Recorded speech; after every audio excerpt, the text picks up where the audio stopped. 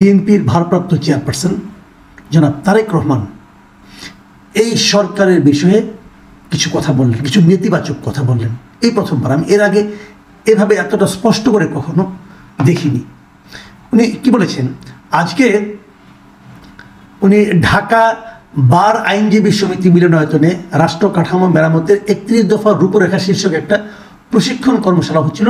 সেই প্রশিক্ষণ কর্মশালায় উনি ভার্চুয়ালি যুক্ত হয়েছিলেন এবং সেখানে উনি কিছু কথা বলেছেন। আমি আগেও বলেছি 31 দফা নিয়ে কিন্তু বিএনপি কখনোই থেমে থাকেনি। আজকেও আমি একটা ঘটনা বলি। আজকে আমি গুলিস্তান এলাকা থেকে গিয়েছিলাম।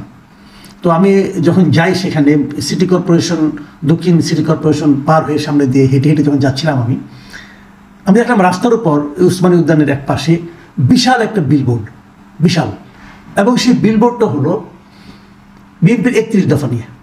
সেখানে 31 দফার 31টা দফাই সেখানে উল্লেখ করা হয়েছে। অনেক বড় একটা বিলবোর্ডে 31 দফার সবগুলি দফা সেখানে বেশ বড় বড় হরফে লেখা আছে। মানুষ কিন্তু পড়ছে, আমি নিজেও কোথাও দাঁড়িয়ে পড়লাম ওখানে।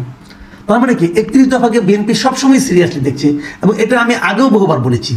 এবং সেই 31 দফার উপর ওনারা যে কর্মশালা, সেখানে বক্তৃতা দেওয়ার সময় উনি কী বলেছেন আমি আপনাদের একটু পড়ে শোনাই, তাহলে আপনারা বুঝতে পারবেন। আমি মূল বিষয় যেটা বলেছেন সেটা আমি পরে আসছি, আগে আমি অন্যান্য বিষয়গুলো পড়ে শোনাই দ্রুত, তারপরে আমি ব্যাখ্যায় যাব। তিনি বলেছেন যে আমরা লক্ষ্য করছি যে সরকারের বিভিন্ন কথাবার্তা থেকে এবং বিভিন্ন ব্যক্তি আলোচনা থেকে ফুটে উঠছে যে তারা সম্ভবত তাদের লক্ষ্য থেকে কিছুটা হলেও ক্ষেত্র বিশেষে বিচ্যুত হচ্ছে। তার মানে এই অন্তর্বর্তীকালীন সরকার তাদের যে লক্ষ্য, এখন লক্ষ্যটা কি? এই লক্ষ্যটা নিয়ে কিন্তু আপনাদের নানা রকম ব্যাখ্যা থাকতে পারে।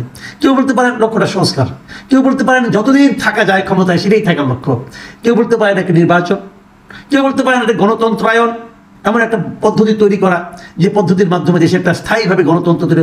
এই লক্ষ্য কিন্তু পার্সন টু পার্সন ভ্যারি করবে। বিএনপি কি মনে করছে? বিএনপি মনে করছে কিছু সংস্কার এবং সেই সঙ্গে নির্বাচন। তো বিএনপি ওই প্রেক্ষিতে হয়তো বলেছে যে এই সরকার তাদের লক্ষ্য থেকে কিছুটা হলো বিচ্যুত হচ্ছে। এটা কিন্তু একটা বড় অভিযোগ, এবং সবচেয়ে বড় দলের সর্বোচ্চ নেতার কাছ থেকে এই অভিযোগটা এসেছে।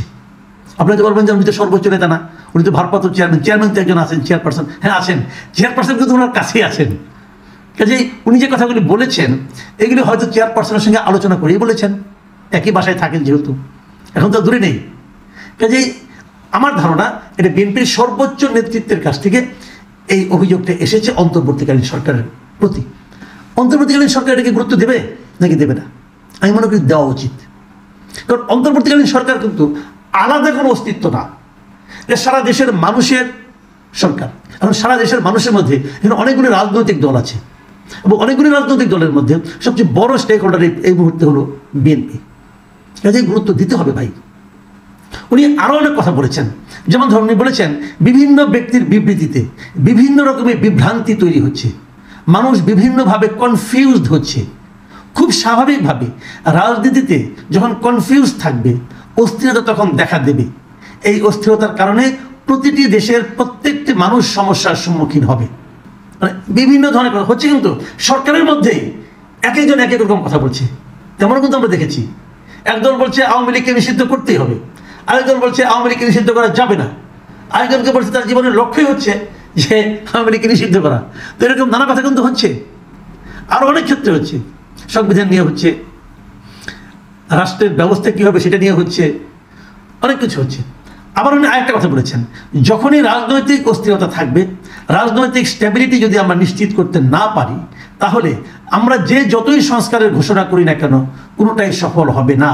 অর্থাৎ উনি বলতে চাচ্ছেন যে রাজনীতির ক্ষেত্রে একটা স্ট্যাবিলিটি আমাদের নিশ্চিত করতে হবে। কীভাবে করবেন আপনি? এই সরকারের এমন একটা স্টেপ দেখান তো, যে স্টেপ দেখে আপনার মনে হবে তারা একটা স্থিতিশীল রাজনৈতিক পরিস্থিতি চায় দেশে।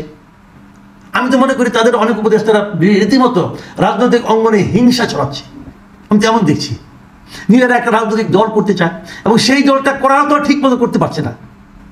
সেই দলটা করা নিয়েও তারা নানা রকম ঝামেলা পড়ছে, এবং অন্য রাজনৈতিক দলগুলোর মধ্যে একজনের পারস্পরিক প্রতিহিংসা তারা ছড়িয়ে দিচ্ছে।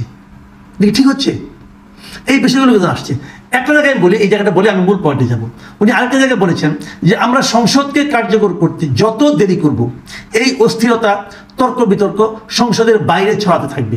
তখন সকল জায়গায় একটা অস্থিরতা দেখা দেবে, যা সামগ্রিকভাবে দেশকে ক্ষতিগ্রস্ত করবে। সুতরাং দেশে দ্রুত একটা স্থিতি অবস্থার প্রয়োজন। উনি বলতে চাচ্ছেন যত রাজনৈতিক কর্মকাণ্ড, রাজনৈতিক তর্ক, রাজনৈতিক বিতর্ক, রাজনৈতিক বিরোধ যত কিছু আছে সব সংসদের ভেতরে করতে হবে, বাইরে করাটা আসলে স্থিতিশীলতার জন্য হুমকি। এই জায়গাটাতে আমি আবার ওনার সঙ্গে একমত নই। আমার নিজস্ব একটা মত আছে, আমি কিন্তু এই জায়গাটাতে একেবারে একমত নই। আমি মনে করি যে তর্ক বিতর্ক সংসদের বাইরে হলে ক্ষতি কি, হওয়া তো উচিত। ধরুন আমি সংসদে নাই, আমি কোনো তর্কের করতে পারবো না, সূচনা করতে পারবো না। আমার কাছে কোনো একটা পলিটিক্যাল পার্টি কোনো একটা বক্তব্য হয়তো ভালো লাগলো, আমি তার প্রশংসা করতে পারবো না। অথবা একটা পলিটিক্যাল পার্টির বক্তব্য খারাপ লাগলো, আমি তার সমালোচনা করতে পারবো না। এবং সেই সমালোচনার আরও একজন লোক, অন্য একজন লোক আমার সমালোচনা করতে পারবে না ওই বিষয়টা নিয়ে, পারবে তো? উনিও করবেন, আমিও করবো। আমি যদি ভাবি না ওনার সমালোচনা, ওনার দৃষ্টিভঙ্গিটা ভালো, আমি আমারটাকে ত্যাগ করে তারটা গ্রহণ করবো। আমি তো মনে করি রাজনীতি নিয়ে তর্ক বিতর্ক যত ছড়িয়ে দেওয়া যায় ততই ভালো, ততই ভালো। আমাদের দেশের মানুষ রাজনীতি নিয়ে আলোচনা করতে পছন্দ করে। এটা আমাদের, আপনি যদি কোনো আপনি টঙের দোকানে চা খেতে যান তাহলে দেখতে পাবেন আমাদের রিক্সাওয়ালারা রাজনীতি নিয়ে কথা বলতে পছন্দ করে, করে কিন্তু করে। কাজেই এটাতে খারাপ কিছু নাই আমি মনে করি, বরং এটাকে আরো এনকারেজ করা উচিত। সেই সঙ্গে যে জিনিসটা করা উচিত সেটা হলো এই পরমত সহিষ্ণুতা। মানে আমার মতের সঙ্গে আরেকজনের মত মিলল না, অতএব তাকে ধরে আমাকে মারতে হবে, এটা করা চলবে না। তার মতটাকে আমার শোনার মতো আমার ধৈর্য থাকতে হবে, সেই পরিমাণ আমার মানে সহনশীলতা থাকতে হবে।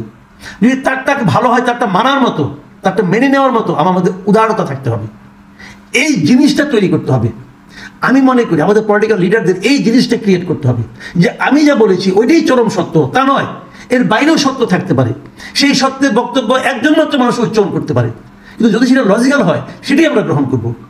এই মানসিকতাটা আমি বরং মনে করি আরো এনকারেজ করা উচিত, আর উৎসাহ দেওয়া উচিত। এই জায়গাটা আমি জানি না উনি কি প্রসঙ্গে বলেছেন, কি চিন্তা থেকে বলেছেন, বলতে পারবো না। আমি যেভাবে বুঝেছি আমি সেটার সমালোচনাটা করলাম। যে কথাটা বলে শেষ করব সেটা হলো, দেখুন সংস্কার প্রস্তাব নিয়ে উনি কিন্তু কিছু গুরুত্বপূর্ণ কথা বলেছেন। আমি মনে করি সরকার এই বিষয়গুলিকে অত্যন্ত গুরুত্বের সঙ্গে যদি গ্রহণ না করে তাহলে আগামীতে ঝামেলা বাড়বে। উনি বলেছেন যে বিএনপি প্রথম সংস্কার প্রস্তাব দিয়েছে, এটা কিন্তু তারেক রহমানের বক্তব্য, যে বিএনপি প্রথম সংস্কার প্রস্তাব দিয়েছে, এই জন্য এটিকে পর্যায়ক্রমে বাস্তবায়ন করা আমাদের একটি পবিত্র দায়িত্ব। এই দায়িত্ব যদি পর্যায়ক্রমে পূরণ করতে হয় তাহলে অবশ্যই একটি সংসদের প্রয়োজন আছে, কারণ সংসদ সেই একমাত্র সংস্কার প্রস্তাবকে বাস্তবে রূপ দিতে সক্ষম হবে। মানে আপনারা যতই প্রস্তাব বানান না কেন, এবং এনজিও নির্ভর যে প্রস্তাবগুলো বানানো হয়েছে বলে আমি মনে করি, তার বিপরীতে যে সংস্কার প্রস্তাব বিএনপি দিয়েছে, বিএনপি সেটাকে বাস্তবায়নটা তাদের জন্য পবিত্র দায়িত্ব বলে মনে করছে।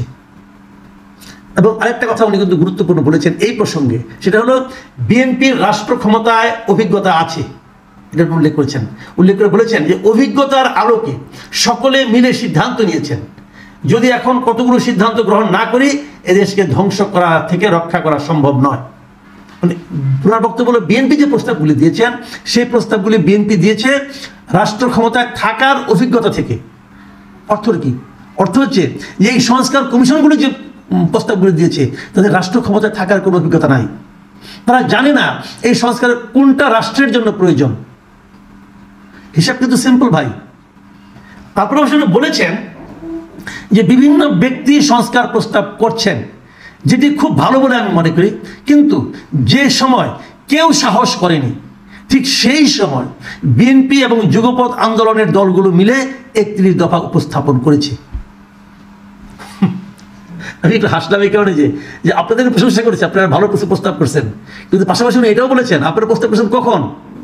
খুবই সুবিধাজনক সময়ে বসে। আর বিএনপি প্রস্তাব করছে কখন?